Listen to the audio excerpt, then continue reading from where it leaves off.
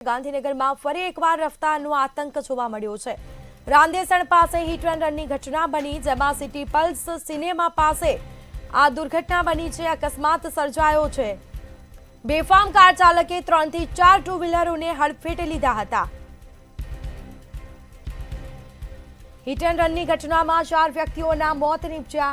4 વ્યક્તિઓએ પોતાનો જીવ ગુમાવ્યો છે। અન્ય 2 લોકોને સારવાર માટે સિવિલ હોસ્પિટલ લઈ જવામાં આવ્યા।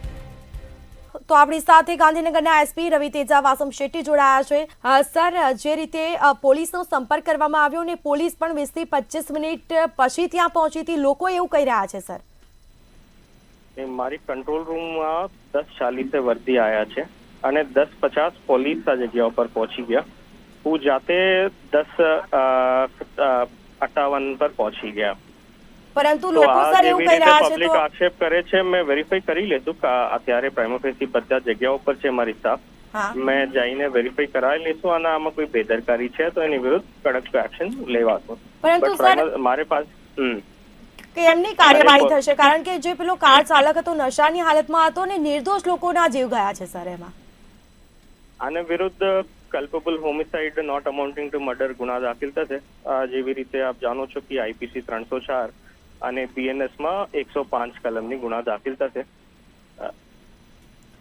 જી સર, તો એક તરફ દારૂબંધીની જે વાતો કરવામાં આવે છે ને દારૂ પીને જ કાર ચાલકો આવી રીતે અકસ્માત સર્જે છે સર, શું કહેશો એને લઈને? આ વેરીફાઈ કરવાની વાત બાકી છે અને મેડિકલ કરવા માટે પોલીસ લઈ ગયા। પ્રાથમિક દ્રષ્ટિએ લાગે છે કે કઈ નશામાં હાલતમાં હશે, બટ કન્ફર્મ થઈ જાય, હોસ્પિટલમાં મેડિકલ થઈ જાય તો આ કન્ફર્મ રીતે કહી શકશું કે નશાની હાલતમાં હતા કે નહીં। હા સર, પરંતુ 4 લોકોના જીવ ગયા છે, એનું શું સર? એ લોકોના જીવ પાછા તો આવવાના નથી। 2 લોકોની મોત કન્ફર્મ થયા અત્યાર સુધી। ના સર, 4 લોકોના જીવ ગયા છે, 4 લોકોના જીવ ગયા છે ને બીજા લોકો 2 જણ છે, એ લોકોને ગંભીર ઈજાઓ પહોંચી છે। એટલા ખતરનાક રીતે એ લોકો ઈજાગ્રસ્ત થયા છે ને એમાં 1-2 દાદા લોકો છે, જે વૃદ્ધ લોકો છે, તેઓને ઈજા પહોંચી છે સર। 2 લોકોની અત્યારે સિવિલ હોસ્પિટલમાં ડેથ કન્ફર્મ કર્યા અને 3ની સારવાર ચાલુ છે। બાકી 2 લોકોને અત્યારે કન્ફર્મ સારવારની ન્યૂઝ આવવાના બાકી છે, પણ ડેથ અત્યાર સુધી 2 કન્ફર્મ છે। હજુ કોઈ વિગત આવશે એક્સ્ટ્રા આપને આપશે 4 કલાકમાં।